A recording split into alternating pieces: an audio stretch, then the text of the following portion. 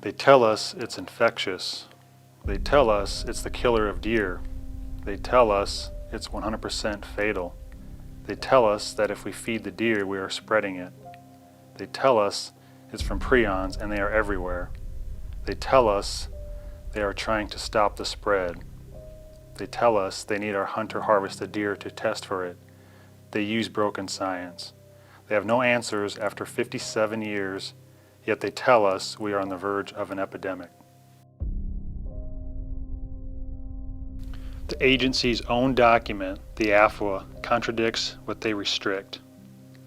Evidence to date suggests that restrictions on feeding quantity would not mitigate the potential for disease transmission, and that putative mitigating practices such as spreading feed or bait over a specified area or restricting the kinds of food items that can be used did not substantially reduce the potential risk for disease transmission.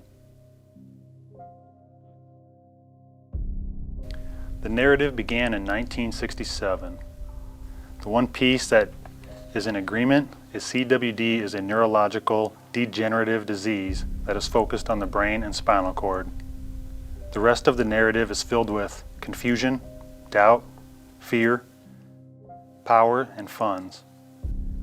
Millions of dollars has been spent on research, restrictions, slaughtering, propaganda, and testing, while EHD and Winters have killed tens of thousands.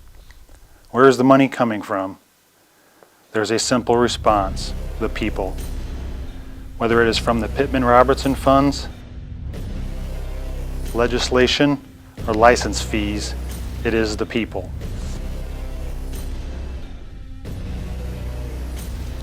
Recently, Federal Bill 5608, CWD Research and Management, was passed in the House with suspended rules and sent to the Senate, where it sat with no action taken for 8 months. The bill was then picked up in the Omnibus Bill, H.R. 2167, in December of 2022. $70 million a year for 6 years, equally $420 million. The bulk of the bill reads that state agencies and tribes can get a crack at millions as long as they follow a certain criteria in which the agencies wrote. New areas of detections, more funds. Strict management, more funds. More detections, more funds. Commitment of funds, more funds.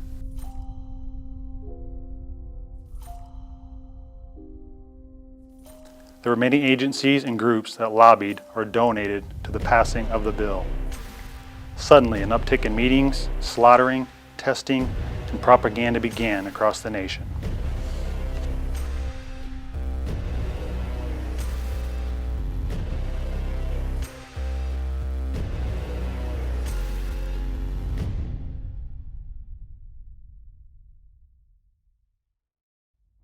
We aren't seeing the death. Where are all the dead deer they are telling us is happening by CWD? Testing, testing, testing, testing.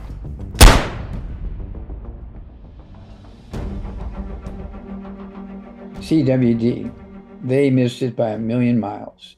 You cannot out-theorize 32,000 autopsies on over 600 species and millions of chemistries. There's kind of not a new entity. It's just been made a new entity because, I used to see this stuff in the wild animals called CWD, chronic wasting disease in deer and buffalo and giraffe and in the eastern part of Africa and so forth. These things are all the same pathology. It's just by dumb luck, what part of the brain is more severely impacted, and so you get different symptoms, but it's all the same disease. There are no such things as prions. I'm a pathologist. I've seen every kind of bacteria, fungus, and yeast virus you can think of, but nobody can show me a picture of a prion. And they keep saying, oh, this chronic wasting disease in deer is caused by prions. No. And Parkinson's disease is one of those terrible, terrible diseases of aging. No. Okay. They're all the same disease. It's just, again, location, location, location, location. And we have so much experience in animals, and in animals, like these herds of deer, 1,000 head of deer in these big ranches, and 4 of them will have CWD, chronic wasting disease. And you get these these people who are really, they're not all right upstairs in their head. They want to actually kill all 1,000 deer because they're afraid they're going to catch the CWD from the 4 deer that have it. Well, the CWD, chronic wasting disease, is not an infectious disease. It's identical in pathology. When you look at the pathology under the microscope of Alzheimer's disease, MS, multiple sclerosis, Guillain-Barré syndrome, Parkinson's disease, FTD, frontotemporal dementia like Bruce Willis has, Creutzfeldt-Jacobs disease, ALS, Lou Gehrig's disease, CWD in ruminants. It could be buffalo and deer and giraffe and antelope all over the world. It's the same pathology. It looks the same, okay, whether it's a deer or a human or a giraffe, okay, or an antelope. And so it's just location, which gives you the different symptoms.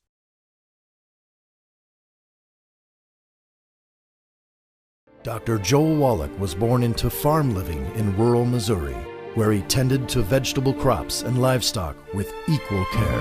As he worked on his high school studies and on becoming an Eagle Scout, Dr. Wallach gravitated towards animal science, plant science, soil science, and veterinary medicine.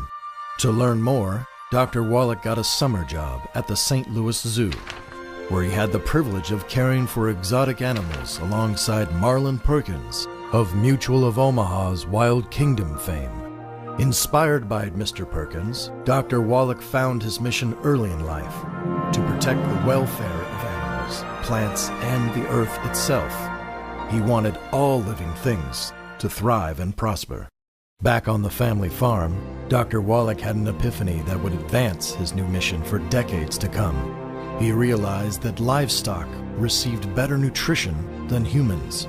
Dr. Wallach observed that nutrient-dense alfalfa pellets fed to livestock were a cost-effective gold standard practice for preventing infertility, birth defects, heart disease, arthritis, and other degenerative diseases.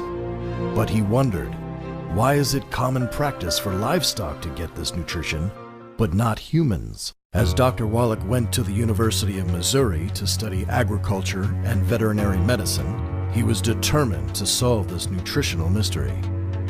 In organic chemistry class, Dr. Wallach had another breakthrough when he learned that minerals are needed for hundreds of life-sustaining reactions in the body. With his agricultural background, Dr. Wallach also knew that these same minerals are often lacking in the soil and in our diet. Dr. Wallach knew he was on to something significant. After receiving his Bachelor of Science in Agriculture in 1962 and his doctorate in veterinary medicine in 1964, he began chasing the answers that he knew would bring vibrant health and wellness to all living creatures on Earth. He studied nutritional deficiency diseases. He began working as a veterinary pathology assistant, conducting up to 25 animal autopsies daily. He investigated the mineral intake of the world's longest living cultures.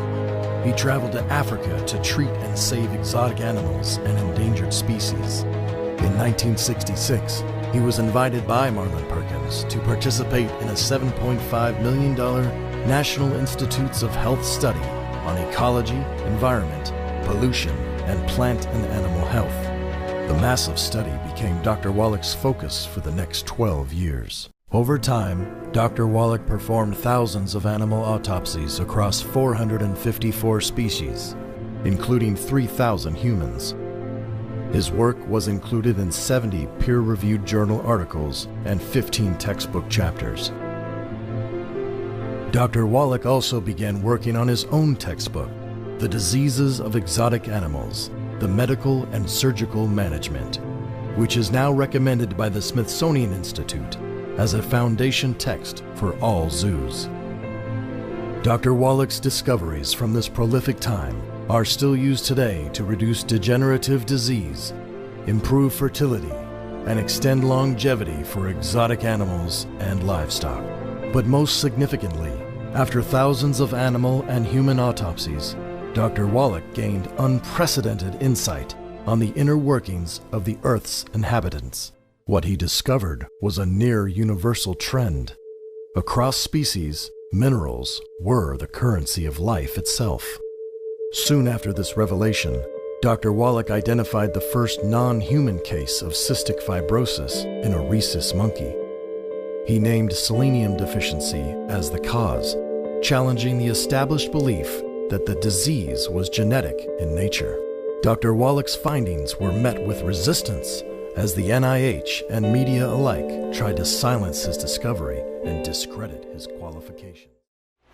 We had to sue the courts and everything because we were getting rulings ordering us to stop saying that we could prevent and reverse certain childhood diseases and adult diseases using vitamins and minerals, because doctors and hospitals and insurance companies and people who were geneticists would go to the courts and say, this guy's a veterinarian. He wasn't even a doctor yet.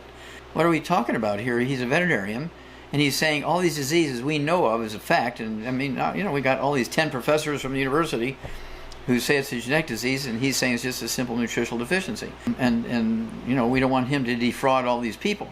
And so I was able to prove to the courts that I was correct by having the records from the animals showing that the same disease under the microscope, because their experts couldn't tell whether it was from an animal or a human. Well, what would you say this is? Oh, that's muscular dystrophy. What would you say this is? Muscular dystrophy. Which one is an animal and which one is a human? Okay, well, they couldn't, because muscle is muscle under the microscope. So those are the sort of things that we were able to do over the years, and mostly it was legal stuff, okay? Because we knew we had the prevention, we knew we had the reversal, we knew it was diet and lack of nutrients. We knew from the animal studies and soil studies. I also have a degree in agriculture. Nutritional minerals do not occur in a uniform blanket around the crust of the earth. They occur in veins like chocolate and chocolate ice cream. Okay, that's why some places in the world people live to be 200. Some places in the world people only live to be 40. They could be first cousins. And that's because the nutrients are not found equally. Just like gold mines are not found equally around the world. That's why coal mines are not found equally around the world. Okay, silver is not found equally around the world. Same thing with nutritional minerals. Some simple ones like iron and zinc and stuff like that, but also some very exotic ones are not found equally around the world.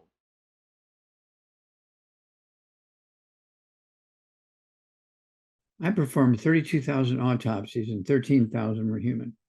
These people are looking for the boogeyman, hoping to find a bug, which is a bacteria, virus, fungus, or yeast. Something, but they haven't found one yet, because CWD is a demyelinating disease. It is like Parkinson's, MS, Alzheimer's, CJD, or ALS, which are not contagious. You look at the myelin, a degenerative disease, under a microscope, and they all have the same pathology. The pathological descriptions of the deer are the same. They say it's similar to prion disease in humans. Well, no, there are no such things as prions in humans either. Every image seen of a prion is an artist's impression, just graphics, none of the actual slide or actual image. In 2021, a research paper claimed to have a picture using magnification of 81,000. Well, I used an electron microscope. It's 126,000 magnification, and I can confirm that there are no such things as a prion. If you see germs, you should be able to see a prion. There are no such things as a prion. What the heck are they testing? Let's go back, again, 3,000 years ago, 2,000 years ago, 1,000 years ago, and they knew things were infectious, but they didn't know about germs. They didn't have microscopes so they could see viruses, bacteria, fungus, and yeast, but they knew it was infectious. And so they came up with a germ theory and that kind of stuff. And the same thing is true when they came up with the microscopes and the ability to see germs. Then they said, we got to grow those things because we can see them. Okay. Well, the same thing is true with these prions. There are no such things as prions. You can go look them up. Go to any source, of information and say, show me a picture of a prion. And they'll show you ribbons. They'll show you a stack of coins. There are no pictures of prions because there are no such things as prions. The definition of a prion is we have no earthly idea what it is. We're going to blame it on a prion. When a picture of a microscopic slide of a prion was requested, the State Wildlife Agency sent a 2021 research paper. What is the picture in the paper? Well, they sent you a drawing or a picture of, twisted ribbons or stuff like that. There is no pathology organism called a prion. There's viruses, bacteria, fungus, and yeast, parasites of all kinds, worms, and microscopic bugs, but there are no such things as prions. When the agencies say that CWD is infectious, what is your response? And that belongs to the science of crapola. Was there anything else you wanted to touch on, Dr. Wallach? Well, just this thing going on with the deer is a big deal because they keep these groups keep pushing to destroy thousands of deer that don't have chronic wasting disease, and it's never been proven to be transmissible. It's actually what it is actually. It's Parkinson's disease in deer. Okay, it's the same pathology under the microscope in the brain of the deer as it is in people, human beings with Parkinson's disease. And so that'd be like saying, okay, now we have all these people with Parkinson's disease. We got to, execute them because they might transmit it to other people. That's how silly they're. Well, with it not being transmissible, and I've looked at some of the studies where they'll just find 2 or 3 in a whole area. It doesn't make sense that 2 or 3 have it, Dr. Wallach, and then to say that it's contagious. I mean, because I know where my farm is, I'll go down a 2-mile stretch, there'll be over 50 deer. And then the 50 deer, and there's 1 or 2, and they want to destroy the whole herd because of that 1 or 2, but the rest are fine. Yeah, well, that'd be just like saying, oh, you got 2 people in your village with Parkinson's disease. Let's execute everybody in the village so nobody gets Parkinson's disease. That's how silly that is. Yeah, well, it doesn't make any sense. And as I said in the introduction, Dr. Wallach, when you hear the information, it's common sense, folks. If you've got 1 in 50 and nobody else is having any type of symptoms, it's not contagious, right? That is correct. So we got to look at nutrition. We got to look at something else, folks. And when you're really looking deep into it, and you look at things like Dr. Wallach is looking at things, the demyelinization, I mean, that means that myelin that protects the brain, that protects the nerves, is going away. And when it's how much, what percentage of it is cholesterol? Oh, of myelin, 100%. In some places 75%, some places 50%, but never less than 50%. So if you eliminate cholesterol, the good cholesterol, altogether, you're going to be depleting that cholesterol that is needed for protection.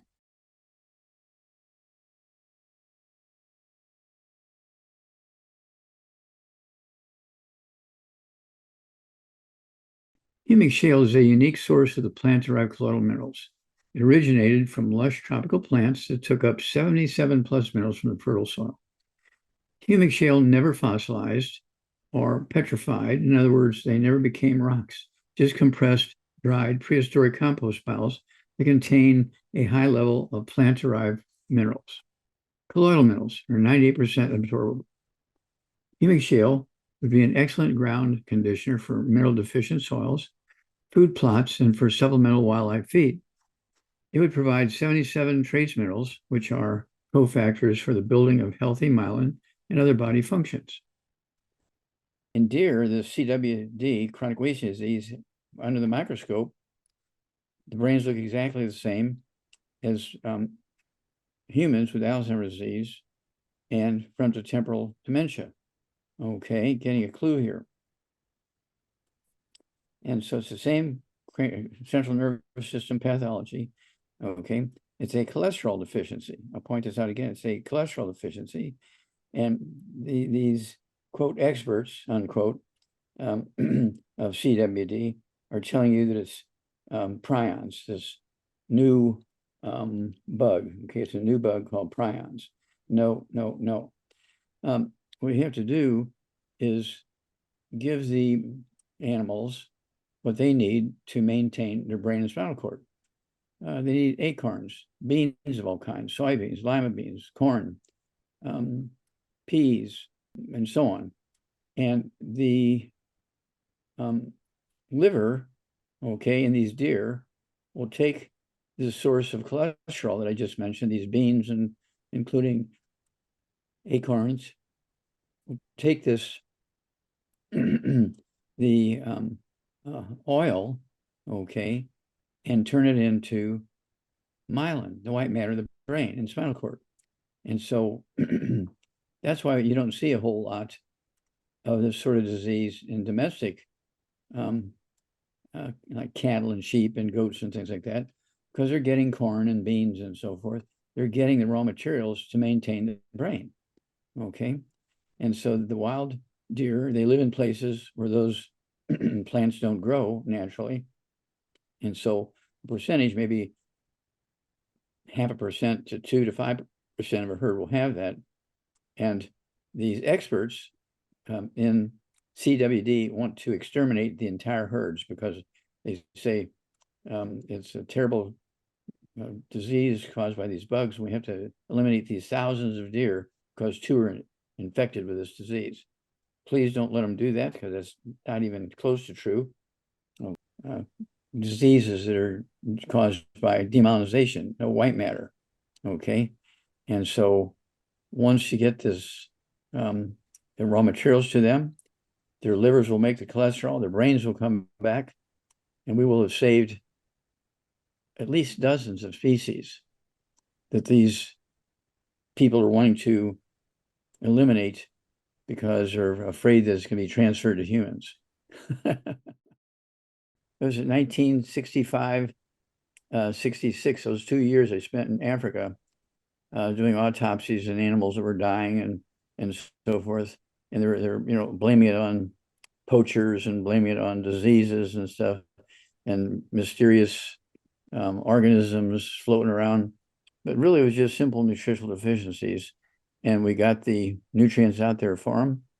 And we saved the white rhino. Again, there was only 350 by actual count back then in 1965.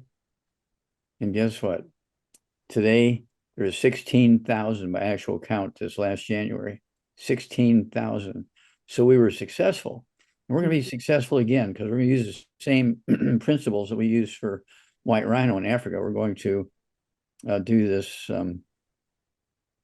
for the deer for CWD here in America. And because people were afraid to take their kids into the parks because they knew it was infectious and was going to get into humans and all this kind of stuff. No, it's just a simple nutritional deficiencies. And again, when you look up what a prion is, it's just a multicolored ribbon. There are no prions. There are no such things as a infectious virus or bug or bacteria or fungus or anything like that. There's a prion. It's just pictures of ribbons. They just made it all up.